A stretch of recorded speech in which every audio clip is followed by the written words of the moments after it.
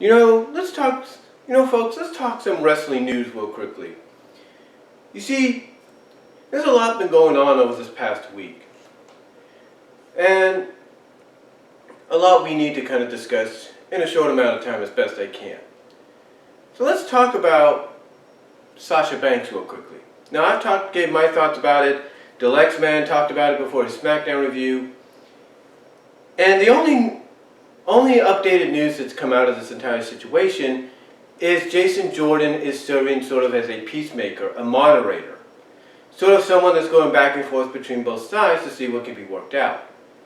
Now, of course, reports are that WWE wants Sasha Banks back in time for Money in the Bank to probably put her into the match itself.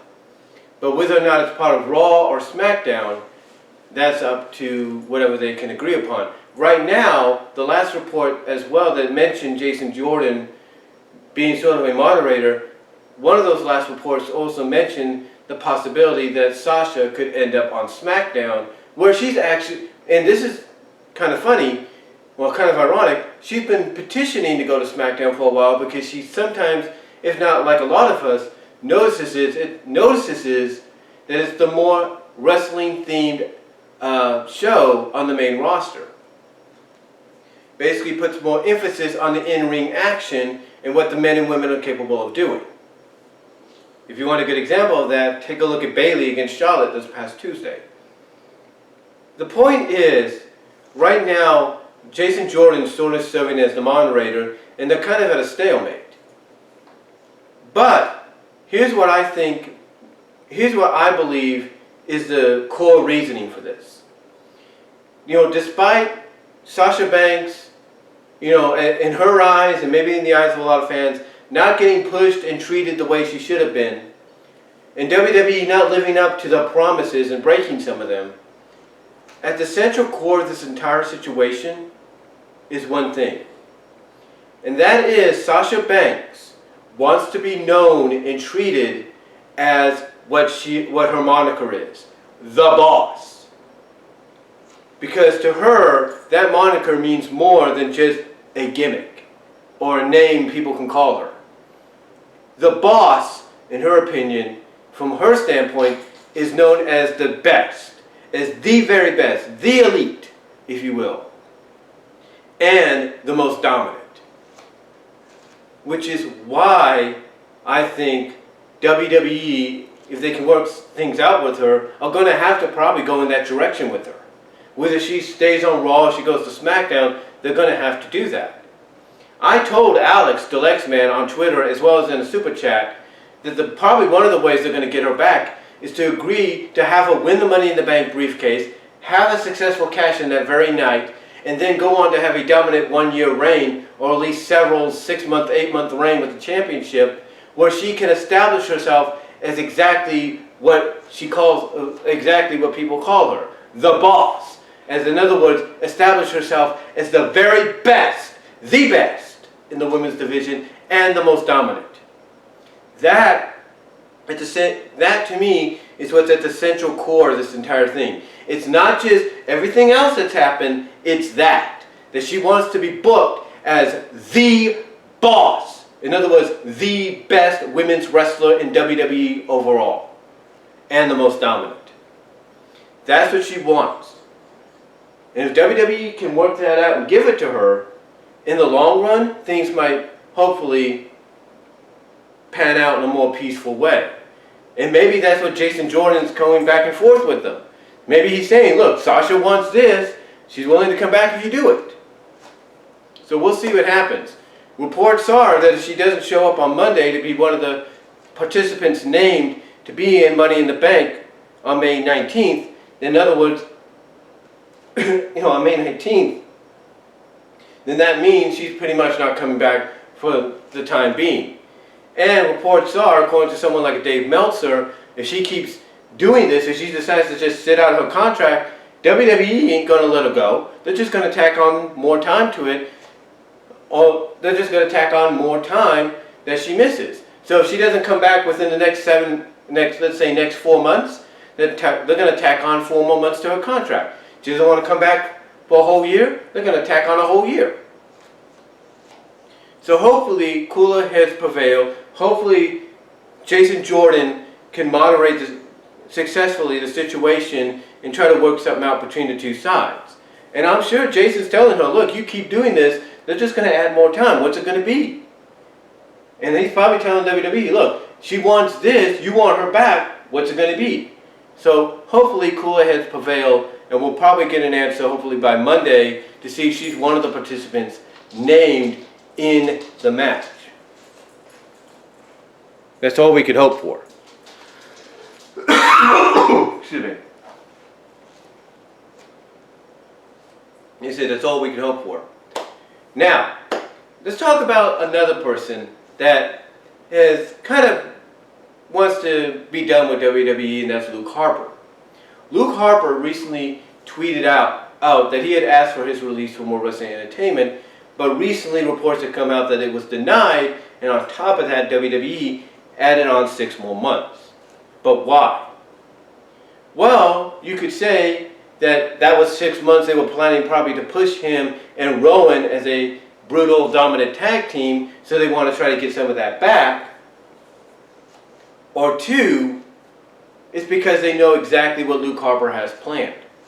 You see, there's a lot of reports going around that the reason some men and women are asking to leave WWE, asking for the release, requesting them, wanting to quit and all that, is because they want to go to AEW. They want to go to All Elite Wrestling because they believe, just like the fans do, that they will be treated better. They'll be treated like the stars are supposed to be. And here's something that you have to understand. The reason Luke Harper didn't get his release is because WWE knows that's exactly what he plans to do. I mean, excuse me. I want you to think about the time frame of when his contract was originally supposed to expire. That would give him enough time to begin 2020 with All Elite Wrestling. WWE ain't having that. Or maybe even before then, to start with All Elite Wrestling, WWE ain't having that. Sasha Banks is sort of a similar situation. She wanted out, she's not getting it because they know what she's going to do. The Revival wanted out earlier this year. Here, they didn't get it. Instead, they got the tag titles given to them because WWE knows what they plan to do. What this tells me, well, first of all, do I think WWE should have granted his release? Absolutely. He was very courteous about the entire situation. He thanked WWE for the opportunity, and what did? They said no. So we can't do it. Instead, we're going to add 6 more months to your contract because you missed 6 months. And this is where WWE gets themselves in a lot of trouble, because pretty much they are not being fair to the wrestlers, the sports entertainers, the men and women that work for them. If you want to show that you value your men and women as much as you do, then if they want out, let them out. But there's a reason though why they wouldn't let Luke Harper out. It's because, again, like I said, they know what he plans to do. They know where he plans to go. So unless he could say, no, I just plan to take a break from wrestling for a while, then maybe they would have let him out. But that's right there. But that's the reasoning though.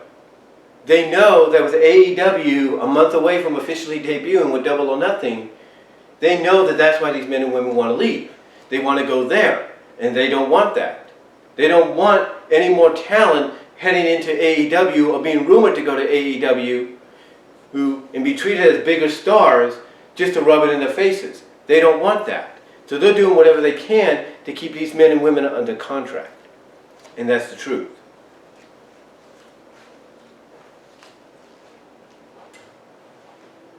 You know, that is the truth. And I think anybody watching this knows that's a fact. They know that's true. That's why Luke Harper didn't get his release granted and had 6 more months added on. Because it's very coincidental that if he, like I said, if his contract would have expired originally like it was supposed to in November of this year, that he'd be able to jump ship over to AEW maybe within the beginning of 2020 or even immediately. And WWE doesn't want that. I mean, you think WWE is happy that Goldust is going to be in AEW next month? Or is in AEW now? No. They don't like it. And the first match he has with them is against Cody, and they're booking that as a big-time match. A lot of people are going to view that as saying, oh, that's just dumb, rubbing it in WWE's face, saying, hey, look, see, you could have had this big matchup, booked it right and everything for WrestleMania. But so your loss is all gain. They don't want, that's why they don't want Luke Harper out. They don't want to let him go just yet because they know exactly what's going to happen. They know exactly where he's going to head, and they're not going to, and they're saying, no way, you ain't doing that. You are not going to be AEW bound. No way. Now you might say, well, why did they let Sean Spears, aka Ty Dillinger, Kenta, Hideo Itami go? TJ Perkins. Well, TJ Perkins, according to reports, was released because he got a tattoo he wasn't supposed to get. That from a public relations standpoint was not, suitable for WWE to be seen on television. Ty Dillinger, aka Sean Spears, was never supposed to get over the way he did with the Perfect 10 gimmick, which is why when you think about it, along with his hand injury and all that, which when you think about it, he wasn't as focused or featured as much as he was. Even though he got over with the fans and they loved him, he wasn't featured as much because he wasn't supposed to get over. It was the Perfect 10 gimmick was supposed to be like a joke, a comedy act for him. And it backfired in WWE's faces. Kenta getting his request granted is due to international reasons. You see, WWE wants to work out some kind of deal with Japan down the line to have an NXT Japan-like brand, located in that country.